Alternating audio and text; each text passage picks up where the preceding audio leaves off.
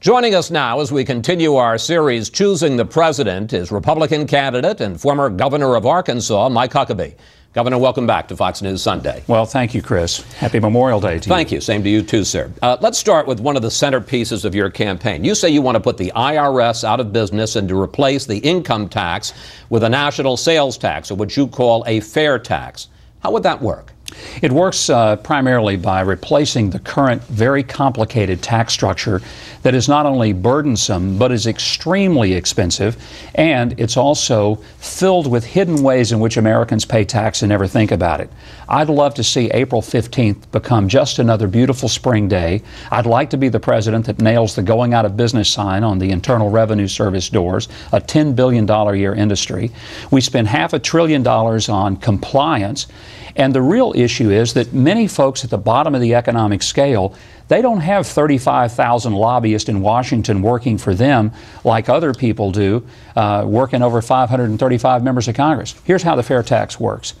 You get rid of income tax, you get rid of all the withholding, you get rid of corporate taxes completely, totally. Because those taxes are not really paid by the corporations, they're passed on to the customer with a 22% embedded tax in the system. You eliminate that, which means that the prices of what you purchase will go down. You replace it with a 23% consumption tax. Now that sounds expensive, but here's what happens. You only pay when you purchase something new, whether it's a product or it's a service. And the point is, it's a completely transparent tax system. It doesn't increase taxes. It's revenue neutral.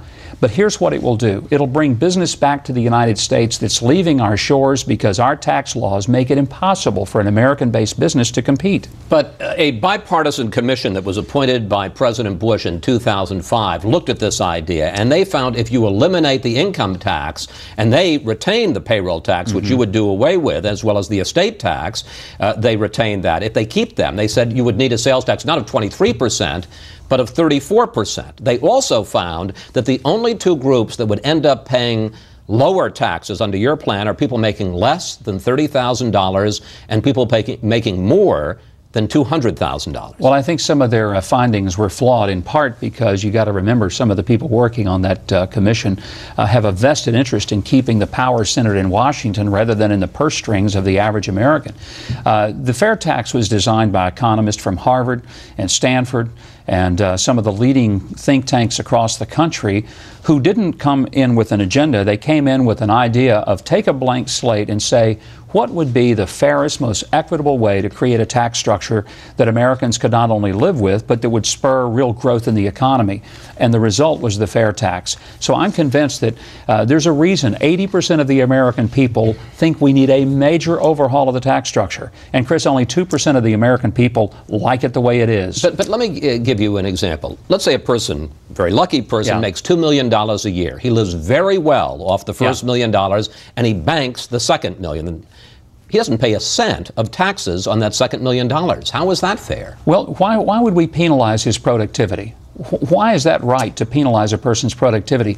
The genius of the fair tax is that there is a prebate so that every month a check comes that would be the equivalent of what a person would pay in their basic necessities. That's why it's really fair. In fact, I think it's a progressive tax for people at the lower end of the economic spectrum. But the fairness of it is across the board. It's fair to the people at the lowest end. It gives them a real shot to reach up to the next rung on the ladder. A much fairer system than the current one, which penalizes them for trying to do better. But the best part is that if you don't consume a whole lot, if you, for example, want to save money, you're not penalized for saving money like our current system. But the best thing about it is that when you get your paycheck, you get the whole thing. You get the entire paycheck. The government doesn't take it out. The average American doesn't understand exactly what's going on with his paycheck, because April 15th, if he gets a refund, he says, look how much I'm getting back. Question is, but how much did you pay in? For all the talk about cutting taxes, you have come under fire for your record in your 10 years as governor of Arkansas. Here's what the Cato Institute, which is a conservative think tank, said about your record as governor of Arkansas on taxes. Mike Huckabee went from being one of the best governors in America to one of the worst. He receives an F for his current term and a D for his entire tenure. And Americans for Tax Reform, another conservative group, says you were responsible for a 37% higher sales tax, 16% higher fuel taxes, and 103% higher cigarette taxes. Governor? A tax cutter? Well, I am. 94 times we cut taxes in Arkansas, including the first ever broad-based tax cut in the history of my state in 160 years. And I did that with the Democrat legislature. But how do you answer those figures? As we talked about in the debate when I was attacked by one of the other candidates, the fact is the fuel tax was a part of a road program that was voted on by the people of my state by an 80% margin. Most every politician I know would love to be with 80% of the people because we needed roads. We needed them desperately. And the amount of money that we spent on our roads more than made up for the amount of money people were spending in car repairs from the disrepair of our road system and the lack of economic activity. Now, the sales tax was one that was in response to a Supreme Court order in education. We had an equity adequacy issue in our state. Let me suggest to you, though, that one of the differences, and in fact one of my critics in the debate suggested that the tax issues were a problem.